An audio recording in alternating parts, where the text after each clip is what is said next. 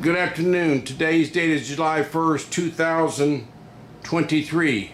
We are here with a young gentleman here. He's going to talk. He was a tank repairman. Tell me your first, last name, date of birth, and when you served in the services and where you're from. My name's Harold Gene Burns. Harold G. Burns, B-Y-R-N-E-S? B-U-R-N-S. Harold G. Burns, B-U-R-N-S. And when were you born? December 25th, 1944, Evansville, Indiana. So he was a World War II baby. He was right before the baby boomers. You're a World War II baby in 44, December 21st of 44. 25th, Christmas. 25th. So Battle of the Bulge in World War II started on December 17th of 44. So you're 7 days before the battle, after the Battle of the Bulge. So your age right now, then you're about 79. 78. 78, okay. Now tell us what years you served, Mr. Burns, in the service. 1965 to 1967. Okay, 2 years, and you got an Army hat there, so you're an Army guy and you work with tanks as well, is that right? That's right. Did you go training at Fort Knox? Yes, I did. We have 2 tanks in front of you. We'll talk about them in a minute, but you trained in the tanks. That's where a lot of people from Evansville area went over and trained in the tanks for Vietnam. Yeah. Did you go to Vietnam? Okay, you then trained for say 6 months at Fort Knox boot camp. Where was your boot camp, and then when did you tell us about boot camp? Where and then where did you go? Boot camp and AIT was at Fort Knox. Fort Knox. Okay. Did you sign up here in Evansville or up in Indianapolis or in Louisville? Here in Evansville, where they drafted me. In the post office where you signed up, or did you at the west side at the Navy Reserve Center? I don't know where they signed me up at. All I know, the man come and told me, you're going to be in the Army.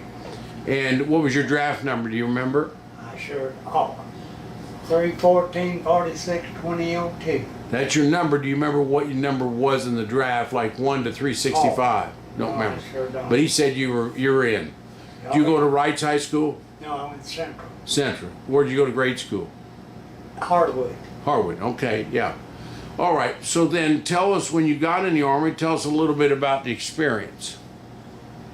Well, I didn't have no experience working on tanks, but they trained us, and then whenever I got to my regular station, then I started working on tanks. Uh-huh. So you worked on tanks. You didn't even train at Fort Knox on tanks, or did you? Yes. You did. Yeah. They trained you there. And you worked on the engine, or worked on the turret, or worked on All of it. every bit of it. Okay. And how, see, in the service 2 years, did you go overseas or not? Yes, I spent a year, 11 months, and 14 days in Germany. In Germany. Yes. Now, tanks are pretty big in Germany, and the Russians had a bunch of bigger tanks on the other side of the border. Did you ever see the Russians and their tanks?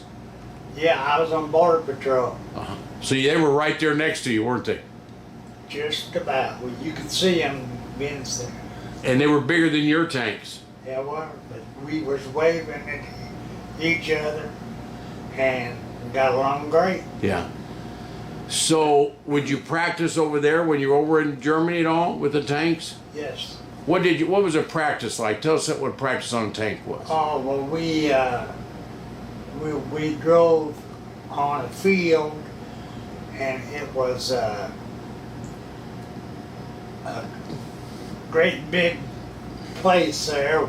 Matter of fact, it's a place there where they made movies back whenever Audie Murphy was in the service. Wow. And the reason why I'm having trouble talking is because they cut some of my lung out. Recently, because of cancer? Yes. So was a place where you trained about as big as a football field, or about Oh, 3 times. 3 times? And then you do it circles, and would you shoot the guns or not? Yeah, well, you would shoot the guns, you would go back, and then another outfit come up, shot the guns, and they started a lot of fires. Do you have a target with the gun? You had to hit a yeah. target? Yeah. And did it was a 75 millimeter or 88 millimeter gun? No, it was 50 caliber, 1.72, and a 105. A 105. So on our Sherman here, we're going to go out and look at a Sherman. has a 75. So 105 is about 30 millimeters bigger. So it's a big gun that came out of there. Big, and then the type of bullets they use, they had trajectories, they had fire ones, and what type of bullets did you send out in the 105s? Well, we had, let me think, see if I can get it right. Get it right, because it's been over 30 years since I got out. And it was, Some of them were bullets that penetrated another tank. Oh, and, yeah. and they were real, just a whole bullet. Then some of them would cause a fire They would be that like- big, and it'd go through any be tank. like this. Yes. And then by the time it would get to a tank, it would be like that. Wow. It just break apart. I see, like shrapnel. Yeah. And then it would come right through. Right through the tank. Now, how thick was your tank? 4 inches of steel or a little bigger than that? It was bigger than that. Big engine on it too, diesel or regular gas? Diesel. Diesel and V12 Cadillac. 2 V12s or 1 V12? One V12 Cadillac. And the transmission in the front, did the front wheel drive or back wheel drive? It was Track drive. back wheel. Back wheel drive, It uh-huh. pulled from Pull from the front? Yeah, this front here. yeah, okay. And back here was the big motor and transmission. Turn that to the side. Turn that tank to the side. So the big motor's in the back. That was safer right there. Yes. And then 5 people in the tank. But the motor, you fix the motor too, wouldn't you? Yes. They were all, in most tanks, that's where the engine is in the back. And then where was the gas tank there? Point to where the gas tank was. Both sides, hold about 100 gallons. 500 gallons. 500 gallons. Yeah. And then that turret would go all the way around. Show that turret. I don't know if it goes all the way around. But it'd do a circle, wouldn't it? Yeah. Sure. All the way around. That might not do that on that one. Yes. And then you had one guy in the turret or 2 guys up in the turret. One guy in the turret, he was the tank commander, Yes. and one guy in the drivers, Yes. one guy in that fired this gun along the side of it, and then one guy a loader. Loaded the bullets. Yes. Yeah. Mm-hmm. And then when you would get in it, you climb in from the front, wouldn't you? Sometimes it all depends on where this thing was. I see where the turret was. But Yeah. I would climb down through here, work my way down. Back here in the back, they had bars like that, about that big around. To help you climb in and climb out. Yeah. Yeah. And support it. So I would climb in the back and go into the driver's seat. Yes. And then, You drove it too. yes, I did. That clutch pretty hard on the left foot. Be honest with you, we didn't have a clutch. No clutch, huh? Just automatic. Cadillac. Cadillac. How many cc's or how many horsepower was that? It was a V12 Cadillac, Uh-huh. a V12, and I got pictures at home with me and another guy standing on top of that motor. It's that big. Wow. It covered this. Whole back end. It covered the whole back end. Yeah. No. Any questions for him, Ethan? So in Korea was the tank you worked Not on? Korea, he was in Vietnam. Vietnam, so 656. Vietnam. You were in the M60 then, correct? Yes. Yep, the Patton. He wasn't in Vietnam. I was in Germany. Oh, In Germany. So you're in Germany, but the M60 Patton was the Yeah. tank that was in during your time, and that one had the cupola on the top of the turret that had the machine gun mounted, correct? Right. Right. Yep. And a 50 millimeter on top. 50 caliber. 50 caliber, up there, and then 7.62 was zeroed in with the big gun. I Yep. see. So being in Germany during that time, how did our tank compare to what the Soviets would have used if they had to come across, invaded Ours were Europe? better. They were better? Yeah, because what they had was them little bitty tanks, Okay. and we could outfire them and everything. Matter of fact, my crew went and fired second highest out of 175 men. Wow. So, and I got a trophy on back it up. How many men in your tank? 4 or 5? 4. 4. Uh-huh. How about other questions? He saw all the Russians right across the border from him, so he'd see them all the Oh, time. yeah, over there. we just watch them. Yep. What was your main operating base there in Germany? Freeburg. Freiburg, okay. I asked because I was at Hahn Air Base. Oh, Yep.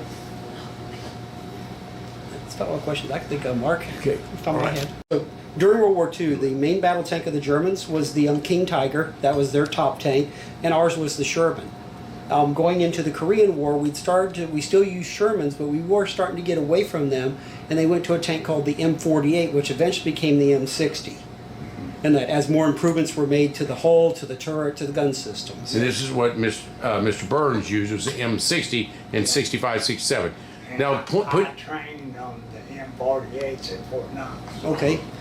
And for those tanks, the M60 is very effective in the European theater. Yeah. Now, like we said earlier, they were using them in Vietnam. Not as effective in Vietnam. They had problems going through the rice paddies. They'd sink. Right. now point that other tank to that one over there. That's the King, or that's the Tiger tank. Tell us a little bit about that in World War II. How big that was compared to the Sherman. You look at the comparison of size there. Quite a larger tank than the Sherman tank was. A larger gun than what the Sherman had. A lot of the things with the Tiger was usually one shot from a Tiger tank would take out a Sherman, where it could take several shots from a Sherman to take out a Tiger tank. And you look, that's probably a relative comparison size, but at at least 105. Sure. Yep. Okay, all right. Well, thank you, thanks, Don. Appreciate it.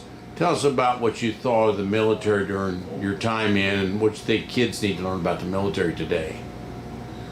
Well, today they have better equipment than what we actually had. And say, for instance, Desert Storm. The tanks that we had, they wouldn't run at Desert Storm because these blowers back here, it would get stopped up with sand, Yes. and they would suck that sand in there and blow the motor up. And they had problem probably in North Africa with the sand over there with the Sherman tanks over in World War II. I I bet. wouldn't doubt it, Yeah. because anytime they got a small motor, and these looks like they were gas operated. Yeah. Burns is a tank man from 1965 to 67 over in Germany, worked on the M60. So, Mr. Ross is going to ask you a few questions about the tank. This is the man going to ask you some stuff. Did they still use M4 Shermans in the 60s? Okay. You were in the, M60A1 Speak up, both of you. okay. and the M60s. Okay. So this is the Model T, Right. the old version. Oh, Yours were diesel, right? yeah. Okay. This runs on 100 octane, believe it or don't. Oh, yeah? Yeah. It was a good tank for that, except they burned a little easier than a diesel would. Right. Yeah.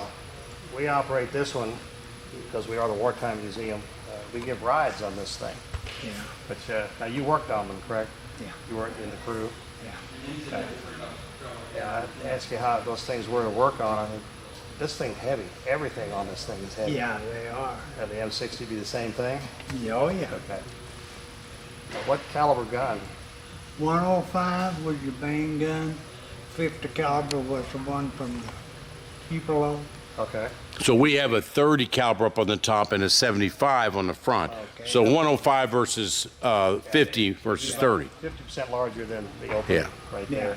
and then we had 7.62 that was zeroed in with Right. your main gun. This one had the same thing. It was a 30 caliber. Yeah, But it was 30-06 caliber. So the M60 would have been 7.62 NATO, which is Yeah. like 308, slightly smaller, but ballistically almost identical. And it was co-sighted with the barrel, yeah, so that if the tracers from your machine gun were hitting what you wanted to hit, the main gun would come close. right. Now, they weren't exactly identical, I don't think, but that was ancient and honorable Kentucky windage. That's how you found it. Well, ours it was pretty good because they used to start a lot of fires. Mm-hmm. And we had to have a fire truck sitting on hand every time we went to fire. Okay. Now this one, Speak up, Mike. well, the firing, was that from the muzzle flash or from the type of ammo you were shooting? On them, Okay. we would follow all the way to the target. Okay, tracer. Yeah, what they call a tracer bow now. Yep. These use tracers also. Same thing. Every also, fifth round. yes. Be every fifth, and the same way as the machine guns on the airplanes. That was a form of aiming. Yeah. Back in this day, in this 1943, like I said earlier, Kentucky windage. Yeah. There were sights on the gun, but the gun wasn't stabilized. Was the M60? Did that have a stabilizer for the gun, the firing system? No, but they had this stabilizer and they zeroed in on, in a minute. It's like a sight. Right. But as the tank moved, the system, the stabilizer would keep the barrel of Right. the gun aimed at what you were aiming at. Right. Yeah. This one don't have that. Oh, yeah? It's the Mark I calibrated gunner's eyeball. Oh, And he could turn the turret yeah, and he could raise and lower the gun, yeah, but he had to do that in reaction to what he's seeing because Yeah. the gun didn't know where it was. Now, I've seen pictures of the Abrams yeah, where it's running over hills right, and it's jumping basically, and the gun don't move. right. On this old girl, everything moves. So if you could hit something moving with your little old M4, basically you're wing shooting. You know, you're looking out the sight and flying whatever windage or elevation you think you need, Right. and firing and see where that one goes, and get your loader to load another one. Very basic. Mr. Burns, did you have periscopes in yours for the front driver? How well were they? Were they better than these, or could you see very well in the periscopes? Point to periscopes up, Mike. Point to a periscope. Yeah. On the driver, Uh-huh. you see one extended up on the very top. Yeah. There's one extended right above the loader, up on the gunner position. Yeah, but It's that- like a mail slot. It's Right. about 2 inches high, maybe 4 to 5 inches wide. Right. That's your view of the world. Right, Now, the ones on the turret could be rotated. yeah, These are fixed. But that was your view of the world. right. Was that the same for you in your tank? About? Yeah. Not very good view. You didn't see everything. Well, you could see enough. Yes, I see enough. Yeah. Now, can you talk about the grousers or the tracks? Did you ever have to repair that? And tell us how easy it was to repair that. Did they break very often on you? Talk Oh, yeah. this way. Talk this way. Ours, it was rubber Uh-huh. instead of being steel. We'd love to have the rubber ones, but we can't find them. Well, whenever you're driving down a freshly blacktop road there in Germany, if you don't have a rubber track, you're in trouble. Because you can stack Tearing up that the road. You can stack that asphalt up like that if you're gonna make a turn. Yep. Because I've done it. Yeah, when we do it, when we run this on the turf, as you're turning, the front track and the back of the track are going sideways. Right. And then the back is just pulling the turf up and making a nice pile of it as you turn. And That's right. people have asked, well, why don't you have this in parades? Well, we could go down your street one time. That's right. And then you wouldn't want us to come back. Dude, we don't want it. Now, we Yeah. run it on concrete out here. It leaves marks, but it doesn't hurt it. Asphalt, oh man. Well, you can see how deep they are. Okay, now these right here, you take these off. Those two off, yeah. This is just one. And we got a tool on the back of the tank that would do that. You can take it off. It's back. It's stored in the back, I believe. That's for adjusting the tension. Adjusting That's a big tension, old not. ratchet. Yeah, To pull the pins out, you're gonna have to drive them out. I see. Yeah. That's a little more labor intensive, believe it or not. Well, you can see where they've been banged on. And we used to take a torch, feed it, Right? and then take a 10-pound sled Yeah. and look out. Well, And then But that would loosen them up. that knocked Oh, them out. knock them out. Yeah, 10-pound sleds. If Yeah. you had one of them Yeah. with a 250-pound guy swinging it, Yes. it does some damage. this is one track clean right here. This pin Yeah. this pin out, and then this pin and this pin out, and then you can get this piece in your hand should you have to replace it. You Right. Break it. I don't know how you break one like that, but should you have to. Yeah, but And then you let the whole track unravel if you had to repair it. Did you do that over there in oh Germany? yeah, well, I done it in that much snow. Wow. Do you ever go down down a hill in the snow and get stuck and the repair tank had to help you? Yeah. And how they pull up? Was it twice the size of the tank that would pull you out of the Oh ditch? yeah, it's called a BTR, vehicle track recovery. So it would pull 67,000 pounds. Yours is probably 80,000 or 90,000 pounds. It was, I think it was 65,000. Pounds, uh-huh. Yeah. We figure this was a 64. That's kind of the nominal weight. Yeah. They got heavier with the various Oh, mine yeah. sweeping things, bulldozers on it. Yeah. This one's about 64,000 But pounds. the way that we done it in track, whenever you break it loose, it would run that way. And you got out of the way. It'd kill you. Yeah, it would. So in your toolbox, you carry this big rope about that big around. You tied it on this track. You run it over these guides in there to this thing right here. And then the driver in there, he would give it a little bit of gas and cut the wheel whichever way he wants this one here to go, and that one over there would be spinning, but you can make it stay straight. It takes a lot of trouble. And this thing here, it pulls that rope, pulls that track back up. Then after it gets all the way up here, you start taking a pair of, I've used them on springs on cars. They shape like that. You put them over here, and then you start ratcheting it, and it pulls them together. Put that on it, hit it with a hammer, and then you get the other one on, and then you put it back together.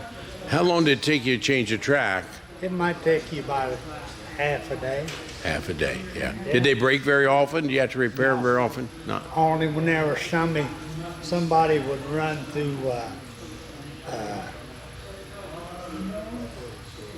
a soft mud Yes. and they hit a limestone. Nice. And it. If it bumps it, you kick track off to the inside. Break, either like break these. That things for the guys. Sure Break would. it off, and then the track would come off of the vehicle, so you have And to break then, it. yeah, that's it what I back say. off. I lost a shovel down there digging, hunting for this track. Oh, it was through it. Yeah, and I was leaning, hold onto the tank, because the tank wouldn't move. Yeah. So I'm holding on to it, and I'm down there taking my hand and that little shovel, moving it, trying to find the rest of it. Didn't you have spare parts? No. Yeah, up there. He's got to find both ends of the track. I see, yeah. At some Gotta point, find one. you got to get Yes. both ends. Oh, I get see, them yeah. lined up Yeah. to get it back on the Yeah, tank. and then when we had that BTR come in there, and they had a big winch on the front. So, And they'd hook it up to what on the trunk? Where'd they hook the winch up to? Those things, that's what, This on is both sides and pull the thing right out of there. the one right over there. Yeah. This recovery cable would fit over this hook, yeah, either there or there, and and they it would, would go up to whatever you're towing it with. and they Yeah. wouldn't come loose. Rather substantial. That's a 1-inch cable. And then both sides. You got two on one each side too. You hook up to whichever side you wanted to pull from. Did you ever do that? Oh yeah, Yeah. Yeah. I've had to pull them with both of them, crisscross. Uh-huh. That's for going straight with it. Was the winter very tough there? Did you have a lot of problem with the snow over there in Germany? Was it? Well, that snow was this deep Wow. on Easter Sunday. Did snow give you as much trouble as mud? I No, think you could go through snow easier, right? yeah, what we done, we take these here center pieces out. Okay. Every fifth one, we take it out. Okay. Take a torch, cut it off, put it on the outside, and use it for a chain. And it would take you anywhere you wanted to go. Oh, so you had teeth. Right. This is just flat metal. This Yeah. is a pig on ice on top. Every fifth one you did, turned it over and made a cleat. It was making a cleat that turned upside down. Yeah. That's a lot of trouble. That would really tear up the German roads. Well, if you was up in the fields and everything, who cares? You don't care. You gotta Wow. Now, did you ever have any problem with the track? No, not the track, but those wheels there, and like Sure. look like train wheels in a way. These are at right there? Yeah. Yeah. These right here would chunk fly out. We've got Then well, we'd have to put another one on. we've got one. I think it's on the other side, but you see that bogey right there. We're losing a little bit on the edge. Yeah. They're just hard rubber. But they run on the inside of the track. Right. Anything that gets inside the track Uh-huh. has to run over. They got to run over it. That's It chews right. them up. That's right. And the metal on the side of yours, you're 4 inches steel on the front, right, Mike, and about 2 on the side. Inches here, one, Two, one over. 2 and 1. Yeah, well, now it's 2 right here. Yeah. What they call the applique armor, the applique. It's welded off. Ours in the front was 12 inches 12. Oh, where it went like this. okay. That's on the M60. Uh-huh. And then on the side, it was, I think, if I'm not mistaken, it was 6 inches.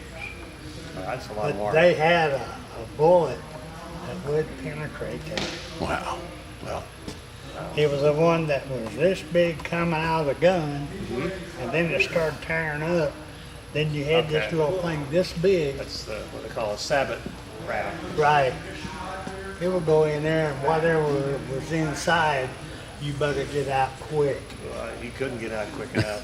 What It'd make mincemeat out of the it. penetrator would do, which is what part that was kept flying, it's pure kinetic energy. It would hit the side of the tank, and it. so much energy it would basically melt its way through, where the sabot itself and the armor of the tank would be molten metal, and that's what went into the tank, which was very hard on everything inside the. You better believe it.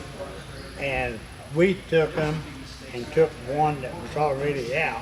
We took a 10-pound sledge. That's all that heck that had around there. We've got a sledge back there. I think it's a 9-pound, but I don't know. They'd have probably upgraded. Yeah.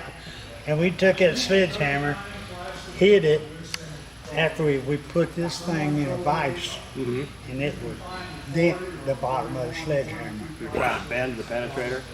Yeah. Yeah, I think that's some. It don't I think bend. Tungsten. I think those are tungsten, which is very hard. It could have been, but it don't bend. Yeah. It does poke holes. Yeah, off the clothes. And then, well, they got another one. We call it the broomstick. It this big, little thing this big coming off the end, and then it had a little cap like that. It would hit white phosphorus. It would hit and just burn a hole right through. Yeah. And who's ever inside had it. Yeah. Wow. And the driver on the tank, he didn't have a problem with that. Yeah. Now, did you have problems with your turret when you turn it around and do 360? And could you shoot while you were moving or not? Oh, yeah. Because this one, you shoot. Better. This one, the Germans couldn't shoot while they're moving. They had to stop, did they not? Well, no, they could shoot. It's Yeah. just that back in World War II, they didn't have the stabilizing. I see. So if your The tank is bouncing. moving, the gun's going where Up the and tank's down. I going. got you. Right. So if you were moving, you got a better chance of missing what you're shooting at. That's why they like to stop if they could. What he was saying earlier, his had the stabilizer. Yeah. Yeah, that gun was straight. The whole- We run down through say a cornfield, and it's just like driving on this concrete here, just it's level and everything. And then we'd run out on the field, fire around, back up, take off, and go to another one, and then swing that turret around. There's a guy got his foot caught in there. The gunner sitting there, and he stuck his foot like that, propped his foot up, On the bottom of the turret basket. and yeah, the gears, Oh yeah. they like to aid his foot up. Yeah. So when we got did out rides armed. on this one, we locked the turret because there are openings in the turret basket where the gunner, or sorry, the driver and a machine gunner could pass extra ammunition back into the turret, reload, resupply the gun. Yeah. And we lock it, so we got somebody in that right front position, and he reaches back, gets somebody's attention, and there's an opening in the turret basket. Yeah. If that turret could move, it could take his arm off. So we lock that puppy up. Questions? So you were stationed in Germany. And where in Germany were you stationed? Freeburg. Okay. So that was during the occupation? Or, no, that was in the 60s. So you were during the Cold War period. Yeah, when Russia was on the other border, they were the Cold War, yeah. You were there for 2 years, yeah. Occupation or not. So were you guys, was there a lot of intensity at the time? Was there a lot of, did you feel pressure that the Russians might, or that the East It was Germans? too cold for them to get out. Yeah. They was in Quonset huts. We was in tents. They ain't gonna leave that. So that the war won't happen after October. No, no. That's comforting. And so you're there 2 years and during a couple winters. Yeah, And you trained over Fort Knox here. yeah. So that's a pretty big training place for tanks, is it not? Oh, yeah. Yeah. And Benning's big. Benning and out in California got one training place too, or I no? don't know, I've never been there. Yeah, yeah. But Benning's big. Benning's, Tank capital.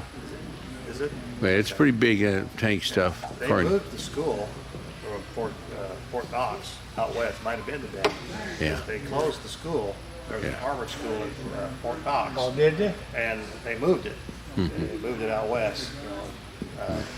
They had just acres over there. They'd be out blowing up, training tank crews. Yeah. But I think they moved it. It could have been to Benning. So the tanks in Germany at the time, so did they just patrol the borders or, okay, like the eastern border or the, Pull up there like that, and the gun tube is pointing like that, and you're out walking in between. gotcha. You don't get sassy with none of them, and none of them pulls a gun on you. But you just point like that, and you got this 105, you ain't gonna pull a pistol on that. It comes over like this. That's right. Is that how you're pointing to? Yeah. Yeah, you don't pull a pistol on a tank. That's along the border fence. Yeah. How about any other questions? Anything to tell us about it? What should we do with this tank? We're giving rides. Anything else we should do? with These guys are working their tails off keeping this up. Any ideas on this? Like I say, on this type of the tank, I've never worked on one of them, but the M60, I know one of them things inside and out. Yeah. We have a volunteer that is retired Army, and his last command, he was in charge of a brigade of M1 Abrams. Yeah. And we asked him, well, do you want to be a driver, on this thing? No, that's Jurassic Park. I'm used to M1 Abrams. I know nothing about Yeah. which the M1 has a bicycle handlebar. Yeah. It can turn in its own length. This one, we could barely turn it around inside this building. Oh, really? We can't stop a track. Both tracks have to keep moving. Oh, It's like differential on a car. Yeah. It's up here, but you can slow down this track, but it has to keep moving. That track is free to turn at whatever speed it was, Huh. but this one won't stop. ours will stop dead in this track. Yeah. Well, that's what he said the Abrams will do also. Yeah. Yours could sit there and pivot in its own Right. length, right? You got one track going that way, Yeah. one track going this way. Yeah, we don't have that. He had a 12. You had a Cadillac engine in yours. It was a 12-cylinder Cadillac. We got a V8 Ford. V8 Even the engine's better. Cadillac. It was 500 horse. You said and he had 500 gallons of gas. You said. How many gallons of gas we got in this thing? Well, when it had all four tanks, I think it was 175. 5. We had a great big tank, the full length of the tank on this side, and they come down like that. And they had this piece of metal where they bolt together. As far as somebody trying to steal our fuel and stuff, they'd be dead. So I tell them, Somebody's guarding that fuel, obviously. you got that right. They're more worried about what they put in the fuel than what they Because take I out. was on the guard detail guarding my dadgun heater. Yeah, That's worth more than anything else, wasn't it? you better believe it, 13 below You better watch zero. the other people in your outfit closer than you had to watch the Russians. There you go. Any other questions, guys? They couldn't get over to you because of the wires, but the guy in the next barrier could. That's right. But whenever he come out to bust my lock on my heater, on my part there where they can get your arm down for the heater, well, he was just digging around, filling my heater. I just got him by the arm and pulled him down and stuck a 45 in him. You talking about somebody like me? He did. His pupils were about 45 caliber at that point, You right? got that right. He offered to buy me anything. I'll Well, steal your what's heater. your life? Okay, well, Well, yeah. thanks a lot, Mr. Burns. Thanks, Mike, and thanks, Bruce. Appreciate it. Okay, All thank you. right. Okay.